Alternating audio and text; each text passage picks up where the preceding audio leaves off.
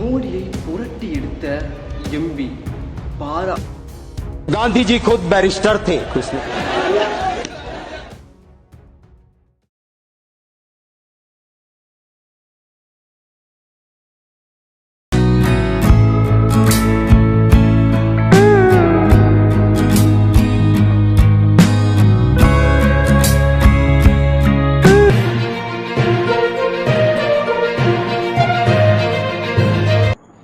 King pros எங்களிடம் சிறந்த முறையில் மிக்சிகளை செய்து தரப்படும்.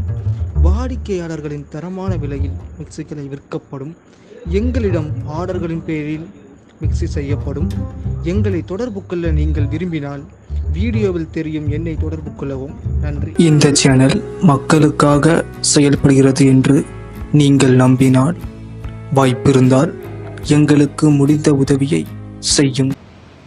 மோடியை புரட்டி எடுத்த எம்பி அதிர்ந்த பாராளுமன்றம் மாஸ் காட்டிய சக்தி சிங் கோகலே. ஸோ என்ன ஆச்சுன்னு டீட்டெயிலாக பார்க்கலாம். அதாவது நம்மளோட பாரத பிரதமர் மோடி அவர்கள் வந்து எப்பவும் போல் சொல்கிற ஒரு விஷயம் என்னென்னு பார்த்தீங்கன்னா, நான் வந்து எப்போவும் முதல்ல சொல்கிற விஷயம் என்னென்னா, அதுவும் முக்கியமான விஷயம் தான்.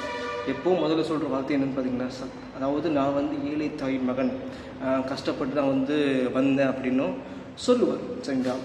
ஸோ அதுக்கு வந்து ஒரு எம்பி வந்து ரேட் பண்ணியிருக்காங்க. அவர் பேர் சக்தி சிங் கோகலே. சரிங்களா? இவர் வந்து ஒரு முக்கியமான எம்பியும் கூட. இவர் என்ன சொல்லியிருக்காரு அப்படி பார்த்தீங்கன்னா, நீங்கள் வந்து எப்போ பார்த்தாலும் வந்து நீங்கள் ஏழை தாய் மகன் சொல்கிறீங்களே, அதுக்காக ஒரு நிரூபணம் செய்யப்பட்ட ஒரு வீடியோ ஆதாரம் உங்களுக்காக உங்கள் பார்வைக்கு முன் சமர்ப்பிக்கிறேன்.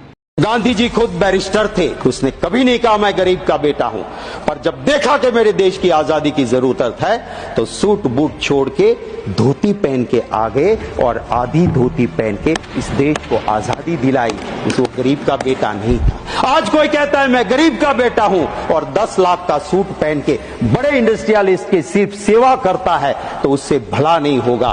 कहां पैदा हुए वो जरूरी नहीं है, आपके मन की मंशा क्या है, देशवासी को उससे फर्क पड़ता है. जब जम्मू कश्मीर में जाते हैं, देश के गृह मंत्री कहते हैं सरकार बना दो हमारी, ईद और मुहर्रम पे मुफ्त में गैस सिलेंडर देंगे. अरे भैया, गुजरात में तो कब से बनाए हुए हैं, दे दो रामनवमी पे, दे दो जन्माष्टमी पे मुफ्त का सिलेंडर. वहां क्यों नहीं देते हो भाई? क्या हमें जरूरत नहीं है? दूसरा कहता है तो कि रेवड़ी बांट रहे हो. तो वोट के लिए आपको कुछ भी करेंगे. जम्मू कश्मीर में पहले कहा बाप बेटी ने बहुत लूटा, फिर बाप के साथ भी सरकार बनाई, बेटी के साथ भी बनाई, और जब देश में दिक्कत लगी चुनाव जीतने में तो बिना तलाक बोले तलाक भी कर दिया. तो ये क्या रीति है राजनीति की? मैं सिर्फ चंद लाइनें जरूर कहूंगा. आज के माहौल को देखते हुए झूठ बिकता है जुमलों के बाजार में. मुखबिर देशभक्त हो गए, मुखबिर देशभक्त हो गए जुमलों के बाजार में. आजादी के दीवाने देशद्रोही हो गए ये जुमलों के बाजार. कि हमें चिंता करनी होगी उस युवा के रोजगार के लिए.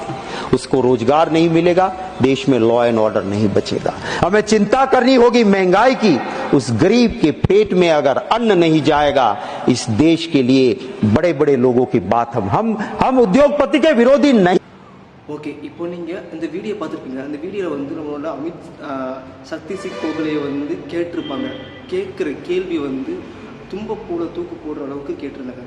ஸோ அதுக்கு வந்து நம்மளோட பாரத பிரதமரும், அதாவது அமித்ஷாவும், உள்துறை அமைச்சர் அமித்ஷாவும் வெக்கி தலகுனிஞ்சு, அதாவது சொல்லக்கூட வார்த்தை இல்லாமல் நிற்கதே நம்ம பார்த்தோம். சரிங்களா?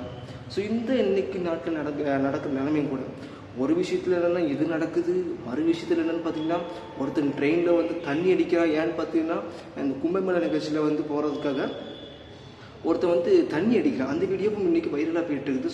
சமூக வலைதளங்களில் அனைவரும் பகிரப்படுது. சரிங்களா? இன்றைக்கி போய்ட்டுருது. அது இது ஒரு புறம் இருக்க, மற்றொரு புறம் என்ன, நாக்பூரில் வந்து ரயில்வே ஸ்டேஷனில் அங்கே பண்ணுற விஷயத்தை நீங்கள் வந்து வீடியோவில் பார்த்துருக்கீங்க.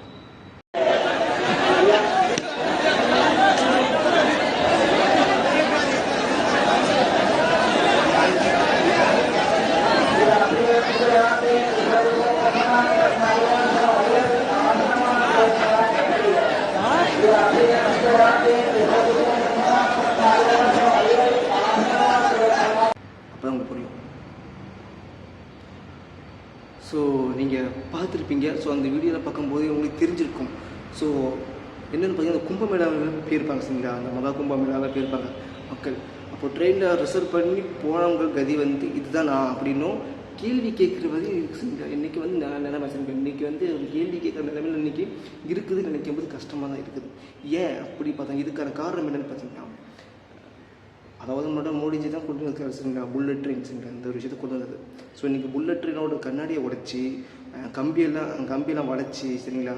ஸோ இன்றைக்கி உள்ளே போகிறாங்க. இன்றைக்கி வந்து ஒரு எப்படி சொல்கிறது, ஒரு அத்துமீறி உள்ளே போகிறாங்க சரிங்களா. வன்முறையை கையில் எடுக்காங்க அங்குள்ள மக்கள். ஸோ வந்து ஒரு டீசன்சிஸ் கிடையாது, ஒரு விஷயம், ஒரு நாகரிகம் கிடையாது. ஸோ இந்த ஒரு விஷயம் வந்து இன்றைக்கி பீகார் வட மாநிலத்தில் உங்களை வந்து இப்படி ஃபாலோ பண்ணுறாங்கன்னு நினைக்கிறது. ஒரு கல்வி அறிவு கூட இல்லை. சமீபத்தில் ஒரு தொலைக்காட்சி நிகழ்ச்சியை பார்த்தேன். அப்போ அதில் வந்து என்ன சொல்கிறாங்க பார்த்தீங்கன்னா, அங்கே அதாவது அந்த வட மாநிலத்தில் உள்ளவங்க வந்து இங்கே தமிழ்நாட்டில் ஸ்கூலில் படிக்காங்க. அப்போது அந்த வட மாநிலத்தில் சொல்கிறாங்க, தமிழ்நாட்டில் வந்து நீங்கள் கல்விக்கு வந்து முன்னுரிமை கொடுக்கீங்க, இம்பார்ட்டன்ஸ் கொடுக்கீங்க. பட் நார்த்தில் வந்து அப்படி கிடையாது, நீங்கள் எந்த ஸ்கூலையும் பார்க்க முடியாது அப்படின்னு ஒரு ஸ்டாட்டை கொடுக்காங்க சரிங்களா, ஒரு ரிப்போர்ட்டை கொடுக்காங்க. ஸோ இது வந்து இன்றைக்கி திடுக்குன்னு போகிறீங்க சரிங்களா. ஏன் கல்வி வந்து முக்கியமான விஷயம். நம்மளோட எதிர்காலத்துக்கு முதல் படியும் கூட சரிங்களா, ஒரு முதுகெலும்பு மாதிரி சரிங்களா அந்த விஷயம். ஸோ அந்த ஒரு விஷயமே கிடைக்கல அப்படின்னு சென்டரில் கிடைக்கல அப்படிங்கும்போது ஸோ நாடு எங்கே போகுது, என்ன பண்ணுது அப்படின்னு நம்மளே கேள்வி கேட்கணும் சரிங்களா. இந்த கேள்வி நமக்கு வந்து நம்ம மேலிடத்தில் கேட்கும் கேள்வி சரிங்களா. ஸோ இந்த விஷயம், இந்த ஒரு வீடியோ பிடிச்ச லைக் பண்ணுங்கள், கமெண்ட் பண்ணுங்கள். ஸோ நான் போன வீடியோ போட்டது நீங்கள் சொல்லியிருப்பீங்க, நான் வீடியோ போட்டேன் சரிங்களா. ஸோ இந்த விஷயம் பிடிச்ச லைக் பண்ணுங்கள், கமெண்ட் பண்ணுங்கள், மறக்காமல் ஃப்ரெண்ட்ஸுக்கு ஷேர் பண்ணுங்கள், சப்ஸ்கிரைப் பண்ணுங்கள். நன்றி, வணக்கம்.